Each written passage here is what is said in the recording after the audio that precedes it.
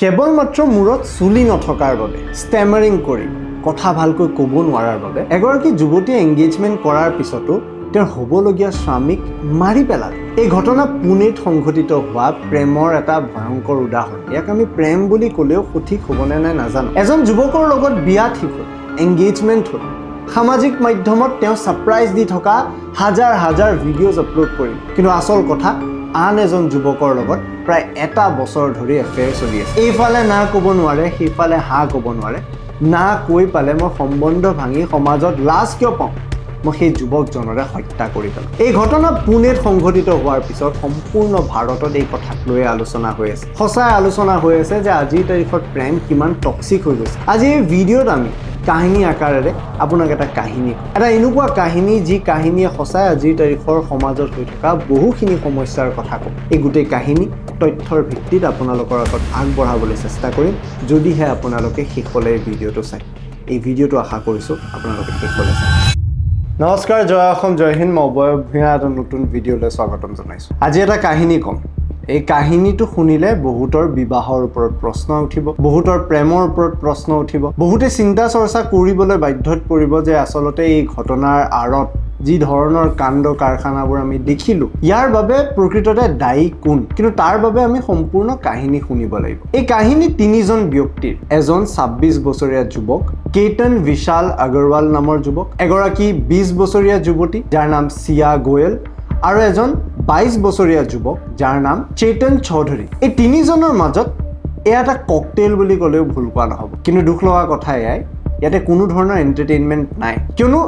এজন 26 বছৰীয়া যুৱকৰ যি ধৰণৰ কৰুণ মৃত্যু হ'ল, সি প্ৰকৃততে আজিৰ তাৰিখতো আমাৰ সমাজত কি ধৰণে কাণ্ড হৈ আছে, কি ধৰণে সমাজত কোনো ধৰণে জোখমাপ নাথকা সেই ইজ্জত, সেই অকাদ বচাবলৈ যি ধৰণৰ পৰ্যায়লৈকে মানুহে যায়, এই ধৰণৰ ঘটনাই আমাক স্পষ্টকৈ বুজাই দিয়ে। আমি যদি গোটেই কাহিনীৰ টাইমলাইন হিচাপে ভগাব খোজোঁ, মই কাহিনীখিনি সময়ৰ সীমাৰ লগত আৰু তেওঁলোকৰ কেনেকৈ কাহিনী আগবাঢ়িছিল তাৰ লগতে বুজাবলৈ চেষ্টা কৰিম। কেতনৰ ফেমিলি সাধাৰণ ফেমিলি নাছিল। ডাঙৰ বিজনেছ পৰিয়াল, বিজনেছ কৰি থকা পৰিয়াল, বহু কোটি টকীয়া প্ৰপাৰ্টি। তেওঁ অকলশৰীয়া পুত্ৰ, অৰ্থাৎ ক'বলৈ গ'লে সেই গোটেই ফেমিলিটোক আগবঢ়াই লৈ যোৱা, সেই পৰিয়ালৰ অস্তিত্ব ৰক্ষা কৰা যদি কাৰোবাৰ ওপৰত দায়িত্ব আছিল, সেয়া কেতনৰ ওপৰত। এই 26 বছৰীয়া কেতন চকু বন্ধ কৰি এগৰাকী যুৱতীৰ প্ৰেমত পৰি। সেই যুৱতীগৰাকীৰ নাম চিয়া গোয়েল। এতিয়া চকু বন্ধ কৰি কেনেকৈ প্ৰেমত পৰিছে বুলি যদি আপুনি মনলৈ প্ৰশ্ন আনিছে, মই কেইটামান আপোনালোকক ভিডিঅ'জ দেখাব খুজিম। চিয়াক ছাৰপ্ৰাইজ দিবলৈ আজিৰ তাৰিখত জেনজি ভাষাত ক্ৰিঞ্জ বুলি কোৱা বহুখিনি কাম এই 26 বছৰীয়া কেতনে কৰিছে। কেতন আৰু চিয়াৰ মাজত প্ৰায় 6 বছৰৰ গেপ। সেইবাবে 20 বছৰীয়া চিয়াই হয়তো খুব এক্সট্ৰাভেগেণ্ট মৰম ভাল পাইছিল, অলপ দেখাই ভাল পাইছিল, যাৰ বাবে প্ৰত্যেক মুহূৰ্ত সামাজিক মাধ্যম ইনষ্টাগ্ৰামত তাই আপলোড কৰিছিল। তাইৰ ইনষ্টাগ্ৰামৰ হাইলাইটছতো তাইৰ জন্মদিনত কি ধৰণে কেতনে ছাৰপ্ৰাইজ কৰিছিল, কি ধৰণে তেওঁলোকে উদযাপন কৰিছিল, সম্পূৰ্ণ ভিডিঅ' তাই আপলোড কৰিছিল। সামাজিক মাধ্যমত পুনে মিৰৰ নামৰ এখন ডাঙৰ আচলতে মহাৰাষ্ট্ৰৰ এটা নিউজ অৰ্গেনাইজেশ্যন, তেওঁলোকে এটা ভিডিঅ' আপলোড কৰিছিল। এই ভিডিঅ'টো যদি আপোনালোকে ভালকৈ চাই আপোনালোকে দেখিব, গাড়ী এখনৰ ভিতৰত কেতনে চিয়াক ছাৰপ্ৰাইজ কৰিছিল। এটা প্ৰথমে বুকে দিয়ে, বাৰ্থডে উইচ কৰে, আৰু লগে লগে গাড়ীৰ ছানৰুফখন খুলি দিয়াৰ ফলত দেখা পায় ছানৰুফত গোটেই ফুলেৰে সজায়। অৰ্থাৎ বিয়াৰ পূৰ্বে যি এক্সট্ৰাভেগেণ্ট মৰমৰ কথা কৈছিল, সেয়া কেতনে কৰি গৈছিল। আৰু এই ভিডিঅ' চোৱাৰ পিছত কোনো ক'ব নোৱাৰে যে এই দম্পতীহালৰ, এই কাপলৰ মাজত কিবা এনেকুৱা ধৰণৰ ঘটনা হ'ব য'ত এইগৰাকী যুৱতী অসন্তুষ্ট বা তেওঁৰ ফূৰ্তি নাছিল। সেই ষ্টৰি আগুৱাই গ'লে দেখা পাম একেলগে তেওঁলোকে ডান্স কৰি আছে, বল ডান্স কৰিছে। আঁঠুত পৰি পালে চিয়াক আচলতে আঙুঠি পিন্ধাই ফুল দিয়ে। কেতনে প্ৰত্যেকখিনি কাম কৰিছিল, কিন্তু কেতনক লৈ পালে চিয়া অসন্তুষ্ট আছে। তাই আচলতে ভবা নাছিল এই বিয়াখনৰ লগত তাই মান্তি হ'ব, কিন্তু পৰিয়ালৰ বিৰুদ্ধে তাই যাবলৈ সাহস কৰা নাছিল। এই ঘটনা এতিয়া জুনত সংঘটিত হৈছে। এটা বছৰ পূৰ্বৰ কথালৈ আহিছোঁ, অৰ্থাৎ 2025 বৰ্ষ। সেই সময়ত নিজৰ মাজতে এখন ব্যৱসায় চলাই থকা এটা পিতৃ, এটা পৰিয়ালৰ সন্তান 22 বছৰীয়া চেতন চৌধুৰীক লগ পাইছিল চিয়া গোয়েল। চেতনৰ পৰিয়ালে কোৱা মতে চিয়া আৰু চেতন একেলগে স্কুলৰ পৰা পঢ়িছিল, তেওঁলোকে একেলগে আছিল আৰু আগৰ পৰাই চিনাকি আছিল। কিন্তু কোনো ধৰণৰ এই সম্পৰ্ক থকা বুলি চেতনৰ পৰিয়ালে গম পোৱা নাছিল। বিগত এটা বছৰ ধৰি চেতন আৰু চিয়াৰ মাজত এটা ধুনীয়া সম্পৰ্ক গঢ় দিলে।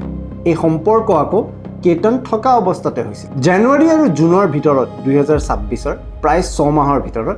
2004 বাৰ চেতন আৰু চিআই নিজৰ মাজত কলছ এক্সচেঞ্জ কৰিছিল প্ৰায় 250 ঘণ্টাৰ ফোন কল ৰেকৰ্ডিংছ আৰু ফোন কলৰ হিষ্ট্ৰী আৰক্ষীয়ে বিচাৰিবলৈ সক্ষম হয় যাৰ ফলত এই কথাটো সন্মুখলৈ আহিল যে কেতনৰ লগত যদিও চিআই একেলগে আছিল এটা সিক্ৰেটলি এফেয়াৰ চলাই আছিল চেতনৰ লগত এতিয়া এইবিলাক কথা ঠিকে আছে চেতনক চিআই ভাল পাইছিল চিয়াক চেতনে ভাল পাইছিল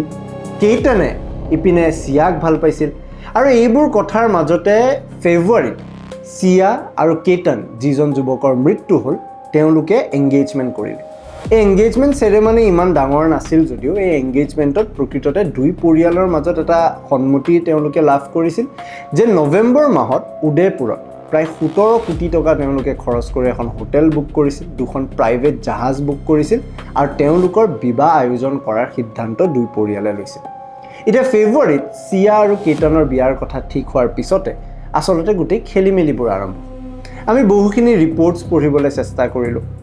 চিয়াৰ মাতৃৰ ভাষ্য শুনিবলৈ চেষ্টা কৰিলোঁ তাতে চিয়াৰ মাতৃয়ে কয় যে ইমান দিনে চিয়াই মোৰ ওচৰত আহি কেতিয়াও কোৱা নাছিল যে মই কেতনক বেয়া পাওঁ যে মই বিয়া পাতিব খোজা নাই আৰু কেতনৰ পৰিয়ালেও চিয়াক নিজৰ বোৱাৰী হিচাপে মানি লৈছে কেতনৰ ঘৰত অহা যোৱা কৰে ডিনাৰ কৰিবলৈ যায় একেলগে ফুৰিবলৈ যায় আৰু সেই কথা দুই পৰিয়ালে গম পাইছিল কিন্তু তাৰ পিছতো ইয়াৰ মাজত এনেকুৱা কি হ'ল যাৰ বাবে চিআই কেতনক এৰিব বিচাৰি আছে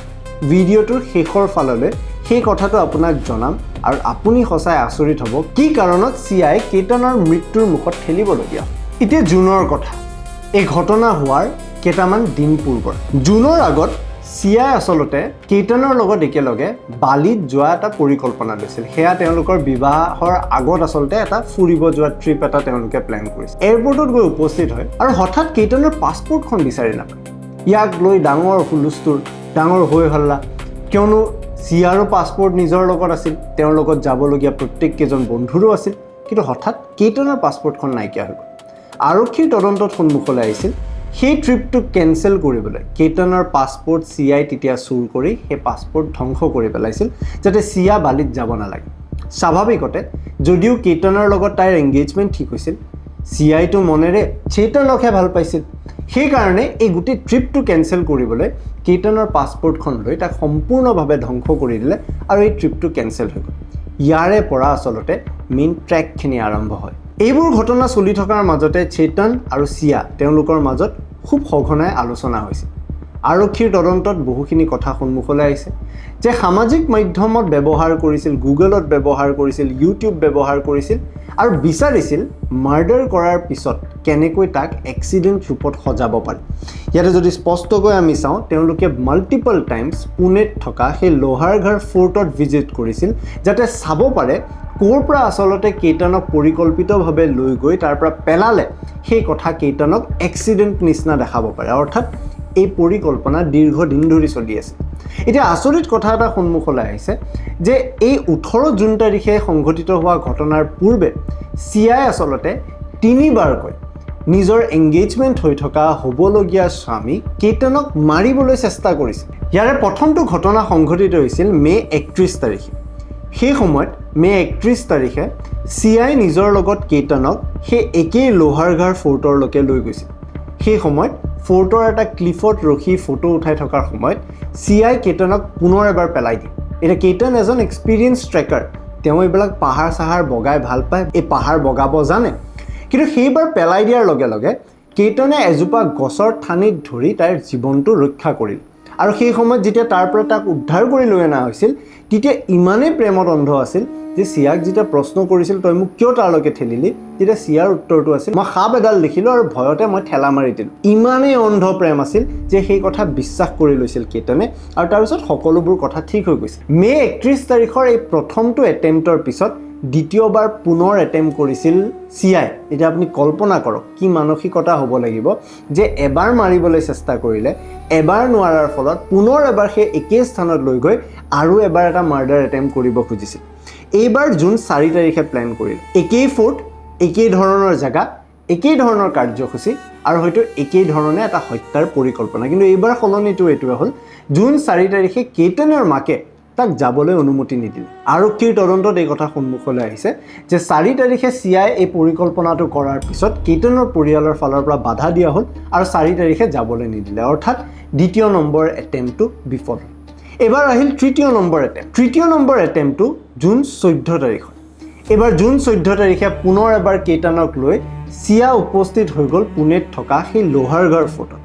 তৃতীয়বাৰৰ বাবে এইবাৰ হঠাতে সেইবাৰ ৰবিবাৰ হৈ থকাৰ ফলত মানুহ ইমানেই বেছি আছিল যে তেওঁলোকে সেই প্লেনটোৱে কেনচেল কৰিব লগা হ'ল অৱশেষত 3 বাৰ এটেম্প কৰাৰ পিছতো কেইটানক তাৰ পৰা পেলাব নোৱাৰিলে এটা স্বাভাৱিকতে যেতিয়া এটা তৃতীয় পক্ষৰ লগত প্ৰেম চলি আছে তেওঁ নাজানে ক'ৰ পৰা কেনেকৈ ওলাব লাগিব এই সময়তে ভুলবোৰ কৰা আৰম্ভ কৰে এতিয়া 3 বাৰে তেওঁলোকৰ প্ৰচেষ্টা বিফল হোৱাৰ পিছত 18 তাৰিখৰ আগদিনাখন চেতন আৰু চিয়া এবাৰ লগ পাম বুলি ভাবিলে তেওঁলোকে 17 তাৰিখে CCTV কেমেৰা ইতিমধ্যে এই ভিজুৱেলছ বন্দী হৈছে চিয়া আৰু চেতনে এখন কেফেত একেলগে লগ কৰে প্ৰায় 1 ঘণ্টামান তেওঁলোকে তাতে বহে আৰু আৰক্ষীৰ তদন্তত সন্মুখলৈ আহিছে যে 18 তাৰিখে হ'বলগীয়া সেই হত্যাকাণ্ডৰ মূল প্লেনিং 17 তাৰিখে এই কেফেখনত বহি চেতন আৰু চিয়াই কৰিছে এতিয়া 18 তাৰিখৰ কথা ৰাতিপুৱাৰ ভাগতে তেওঁলোকে প্লেন কৰিলে যে পুনেত থকা লোহাৰঘৰ ফৰ্টত যাব চিয়াৰ লগত যাবলৈ বিৰাট উৎফুল্লিত হৈ আছিল কেতন কিন্তু কেতনে গম পোৱা নাছিল তেওঁলোক দুজন কেৱল অকলে তাতে যোৱা নাছিল তেওঁলোকৰ লগত আৰু এজন যুৱক আছিল সেইজন হৈছে কেতনৰ অৱস্থা চালে আপুনি ভয় খাব বৰ্তমান সময়ত যি ধৰণৰ হিট ৱেভ চলি আছে যি ধৰণৰ গৰম সেই লোহাৰঘৰ ফৰ্টৰ নিচিনা ওখ ঠাই এটা সম্পূৰ্ণ হুডি নিজৰ মাথা মুখ ঢাকি হেডফোনছ ছানগ্লাছেছ অৰ্থাৎ নিজকে সম্পূৰ্ণভাৱে ঢাকি উপস্থিত হৈ গৈছিল লোহাৰঘৰ ফৰ্টত এতিয়া আৰক্ষীৰ তদন্তৰ সন্মুখীন হোৱাৰ পিছত কথা এনেকুৱা সন্মুখলৈ আহিছে যে তেওঁলোকে সেই ক্লিফত ৰখি আছিল কেতন আৰু চিয়া আছিল আৰু সেই সময়তে কেতনক সেই ওপৰৰ ক্লিফৰ পৰা ঠেলা মাৰি পেলালে আৰু এইবাৰ ইয়াৰে আগৰ 3 বাৰৰ নিচিনা যেনেকৈ কেতন বাচিবলৈ সক্ষম হৈছিল এইবাৰ বাচিবলৈ নোৱাৰিলে আৰু অৱশেষত 4 ফুট দ আচলতে সেই গোটেই খালটোত পৰি কেতনে নিজৰ প্ৰাণ হেৰালে এটা আচৰিত কথা সেই সময়ত এই ঘটনা হোৱাৰ পিছত চিআই কান্দি থাকিব লাগিছিল তাতে থকা লোকেল সিকিউৰিটি গাৰ্ডে যি ভাষ্য আগবঢ়াইছে চিআই কোনো ধৰণে পেনিক কৰা নাছিল চিঞৰ বাখৰ কৰিলে কোনোবা পৰি গ'ল বুলি আৰু তাৰ পিছতে সিকিউৰিটি গাৰ্ডক মাতি আনি তাতে থকা স্থানীয় আৰক্ষীক মাতি আনাৰ পিছত এই গোটেই কেছটো সন্মুখলৈ আহিল এতিয়া আচৰিত কথা আপুনি শুনি হ'ব যে এইবোৰ যে আমি কথা শুনিলোঁ কি ধৰণৰ ট্ৰেজেক্টৰীত কৰিলে কি ধৰণে এই কাম কৰি আছিল ইয়াৰে মূল আঁৰত থকা 3টা বিশেষ ৰিজন প্ৰথম ৰিজন কেতনৰ কোনো ধৰণৰ চুলি নাছিল চিআই তদন্ত চলি থকা সময়ত আৰক্ষীক জনাইছিল যে কেতনৰ মূৰত চুলি নথকাৰ ফলত এট্ৰেক্টিভ পোৱা নাছিল অৰ্থাৎ এই যে আমি ইনষ্টাগ্ৰামত ৰিলছসমূহ দেখিলোঁ এই যে ষ্টৰিজবোৰ দেখিলোঁ এয়া সম্পূৰ্ণ ফেক আছিল তাতে দেখুওৱা হাঁহিবোৰ ফেক আছিল তাতে উদযাপন কৰা প্ৰত্যেকটো মুহূৰ্ত ফেক আছিল আৰু ক'বলৈ গ'লে সেয়া কেৱল ছ'চিয়েল মিডিয়া আৰু সামাজিক মাধ্যমত দেখাবলৈহে কৰা তেওঁলোকৰ কিছু মুহূৰ্ত আছে কেতনে উইগ লগোৱাৰ ফলত চিআই তাক ভাল পোৱা নাছিল আৰু এই কথা আজি আচলতে কেতনৰ পিতৃকো সাংবাদিকসকলৰ ফালৰ পৰা প্ৰশ্ন কৰা হৈছিল তেতিয়া কেতনৰ পিতৃয়ে কৈছিল যে সেই উইগ লগোৱা চুলি নথকাৰ লগত এনেকুৱা মাৰ্ডাৰ এটাৰ কি ধৰণৰ লিংক থাকিব পাৰে তেওঁ এইবোৰ কথা আলোচনা কৰিব খোজা নাছিল দ্বিতীয়তে চিআই ক'ব খোজে যে কেতনে ষ্টেমাৰ কৰে কথা ভালকৈ ক'ব নোৱাৰে একেৰাহে কথা ক'ব নোৱাৰাৰ ফলত আচলতে এট্ৰেক্টিভ পোৱা নাছিল আৰু তৃতীয় কাৰণটো হৈ গ'ল যে আচলতে আমি যি দেখিব পাৰিছোঁ এই গোটেই ঘটনাৰ লগত পৰিয়ালৰ সন্মান ৰক্ষা কৰাৰ ফলত যিহেতু এংগেজমেণ্ট হৈ গ'ল সেই এংগেজমেণ্ট ভাঙিব নোৱাৰাৰ ফলত এই গোটেই পৰিকল্পনাটো চেতন আৰু চিআই ৰচিলে যাতে কেতনক তেওঁলোকৰ জীৱনৰ পৰা ওলাই এই এংগেজমেণ্ট আনুষ্ঠানিকভাৱে নভঙাকৈও তেওঁলোকে এই ৰিলেশ্যনশ্বিপটোৰ পৰা ওলাই আহিব পাৰে আৰু অৱশেষত কেতন নথকাকৈ আন দুজনে যি এটা বছৰ পূৰ্বে লগ পাইছিল তেওঁলোকে নিজৰ সম্বন্ধটো আগবঢ়াই লৈ যাব পাৰে এতিয়া বৰ্তমান সময়ত দুইজনকে গ্ৰেপ্তাৰ কৰা হৈছে 29 তাৰিখলৈকে আৰক্ষীৰ কাষ্টাডিত ৰখা হ'ব আজিৰ দিনটোত মহাৰাষ্ট্ৰৰ মুখ্যমন্ত্ৰী দেৱেন্দ্ৰ ফডনৱিছে কেতনৰ পৰিয়ালকো লগ কৰিছিল তেওঁলোকে স্পেচিয়েল প্ৰচিকিউটৰ এজন বিচাৰিছিল যি কোৰ্টে এই কেছটো লাগিব পাৰে কিন্তু ভাৰতৰ ইতিহাসত আমি এনেকুৱা কেছ দেখিছোঁ আমাৰ অসমৰ কাষতে থকা মেঘালয়ৰ আজিৰ পৰা কেইটামান মাহ পূৰ্বে সোনাম ৰঘুবংশীৰ এটা ভয়ানক হত্যাকাণ্ড সংঘটিত হৈছিল। সেই সোনাম ৰঘুবংশীয়ে হত্যাকাণ্ড সংঘটিত কৰাৰ পিছতো কেইটামান মাহ জেলত থকাৰ পিছত বেল পাই গ'ল আৰু আজি মুকলি আকাশৰ তলত আছে। এইবোৰ ধৰণৰ ঘটনাৰ আচলতে উদাহৰণ শুনি চিয়াৰ নিচিনা যুৱতীয়ে ভয় নকৰা হৈছে নেকি, বা হত্যাকাণ্ড আজিৰ তাৰিখত আমাৰ সমাজত বৰ সাধাৰণ হৈ গৈছে নেকি, এনেকুৱা ধৰণৰ কিছুমান প্ৰশ্ন উত্থাপন হৈ আছে। সামাজিক মাধ্যমত ল'ৰাৰ মাজত বিশেষকৈ এই কথাটো আলোচনা হৈ আছে যে এৰেঞ্জ মেৰেজো আজিৰ তাৰিখত ভয় লাগে, লাভ মেৰেজৰটো দূৰৰে কথা, প্ৰেমটো হয়, প্ৰেমক আগুৱাই লৈ যোৱাটো টান, প্ৰেমটো এজনৰ লগত হয় কিন্তু কোনে বিশ্বাস দিব যে প্ৰেম এজনৰ লগতে হৈ আছিল। এনেকুৱাৰ মাজত বহুতৰ মনত প্ৰশ্ন হৈছে যে মই ছিংগল থাকাই ভাল, মই বিয়া চিয়া কৰা এইবিলাকত নফচাই ভাল। এনেকুৱা এটা সময়ত বহুতে ফেমিনিজিমৰ ওপৰতো প্ৰশ্ন আনিছে যে আজিৰ তাৰিখত চিয়াৰ নিচিনা উদাহৰণ যদি আমি চাওঁ, সঁচাই বিয়াৰ নিচিনা ইনষ্টিটিউশ্যন এটাৰ ওপৰত প্ৰশ্ন আহে। কিন্তু তেনেকুৱা এটা সময়ত এটা কাউণ্টাৰ আৰ্গুমেণ্টো থাকে যে যদি চিয়াৰ নিচিনা যুৱতী এগৰাকীয়ে কেইটানৰ হত্যাকাণ্ড কৰাৰ বাবে প্ৰত্যেকগৰাকী মহিলাৰ ওপৰত প্ৰশ্ন উত্থাপন হয়, এই বিবাহ নামৰ সত্তাটোৰ ওপৰত প্ৰশ্ন উত্থাপন কৰা হয়, তে প্ৰত্যেক দিনাই এগৰাকী যুৱতীৰ লগত যেতিয়া ধৰ্ষণ এজন পুৰুষে কৰে, তে পুৰুষৰ ওপৰতো এই প্ৰশ্নটো উত্থাপন কৰাটো সঠিক নহ'ব নেকি? সেয়েহে আমি যদি সামাজিক মাধ্যমৰ চিন্তা চৰ্চাত তেওঁলোকৰ আলোচনাবোৰ চাবলৈ যাওঁ, আমি ইফছ এণ্ড বাটছ শুনিয়ে থাকিম। কিন্তু এই ঘটনা সঁচাই আজিৰ তাৰিখত এটা ভয়ংকৰ ঘটনা, কিয়নো প্ৰেমক নাকচ কৰাতকৈ হত্যাকাণ্ড ভাৰতৰ নিচিনা সমাজ এখনত সহজ হৈ গৈছে। ভাৰতৰ ন্যায়পালিকাৰ ওপৰত প্ৰশ্ন উত্থাপন কৰে, ভাৰতৰ ন্যায় ব্যৱস্থাৰ ওপৰত প্ৰশ্ন উত্থাপন কৰা হয়, ভাৰতৰ নিয়মসমূহৰ ওপৰত প্ৰশ্ন উত্থাপন কৰা হয়। কিয়নো এখন সমাজত যদি এগৰাকী 20 বছৰীয়া যুৱতীয়ে নিজৰ পৰিয়ালক এটা বিবাহ পাকত আবদ্ধ নহওঁ বুলি কোৱাৰ বিপৰীতে এজন যুৱকৰ প্ৰাণ ল'বলৈ ভয় নকৰে, তে সঁচাই সমাজ ব্যৱস্থা, চিন্তা চৰ্চা আৰু আমাৰ আইন কানুনৰ ওপৰত প্ৰশ্ন উঠাটো স্বাভাৱিক হৈ পৰে। এনেকুৱা এটা ক্ষেত্ৰত প্ৰত্যেক দিনাই নতুন তথ্য সন্মুখলৈ আহি আছে। কিন্তু এটাই আশা কৰিম, অসমত বৰ্তমান সময়ত ভাইৰেল হৈ আছে বগৰী গছৰ তলত কোনোবাই লিলিমাই কৰে নেকি, এই প্ৰশ্নটো অসমত উত্থাপন কৰি আছে। মই ভাবোঁ এই কণ্টেক্সত যদি আমি কথাখিনি বুজি চাওঁ, বগৰী গছৰ তলত লিলিমাই কৰাই ভাল, কোনোবা ফ'ৰ্টৰ ওপৰত গৈ পেলাই তাৰ পৰা ধাক্কা খাই পৰি নিজৰ প্ৰাণ হেৰুৱাতকৈ বগৰী গছৰ তলত লিলিমাই কৰাই ভাল। বগৰী গছৰ তলত মানুহে লিলিমাই কৰিব পাৰে নেকি? বগৰী গছ বাৰু লিলিমাই কৰিবৰ কাৰণে উপযুক্ত জংঘল হয়নে? আপোনালোক ইমান তললৈ নামি গৈছে। কমেণ্ট ছেকশ্যনত আপোনালোকৰ মতামত জনাব, এই ঘটনাৰ সংক্ৰান্তত আপোনালোকে কি ভাবে, কিয়নো এই কাহিনী সাধাৰণ কাহিনী নহয়, এটা অসাধাৰণ কাহিনী, যি কাহিনীৰ পৰা আমি স্পষ্টকৈ এটা কথা বুজি পাওঁ যে প্ৰেম সদায় কমপ্লেক্স বুলিতো আমি কওঁ, কিন্তু সমাজ ব্যৱস্থাৰ লগত মিলিত হৈ গ'লে প্ৰেম আৰু কমপ্লেক্স হৈ যায়, যাৰ পৰিণাম এনেকুৱা ধৰণৰ ঘটনা হ'ব পাৰে। এই ভিডিঅ'টো যদি চাই ভাল পালে, আমাৰ কথাখিনি শুনি ভাল পালে, আমাৰ চেনেলটো ছাবস্ক্ৰাইব কৰি দিব। আমি চেষ্টা কৰি আছোঁ নতুন ফৰ্মেটত আপোনালোকৰ ওচৰলৈ নতুন কাহিনী আনিবলৈ। যদি চাই ভাল পালে পুনৰ অনুৰোধ কৰিছোঁ চেনেলটো ছাবস্ক্ৰাইব কৰি দিব। ভিডিঅ'টো এইখিনিলৈকে চোৱাৰ বাবে ধন্যবাদ।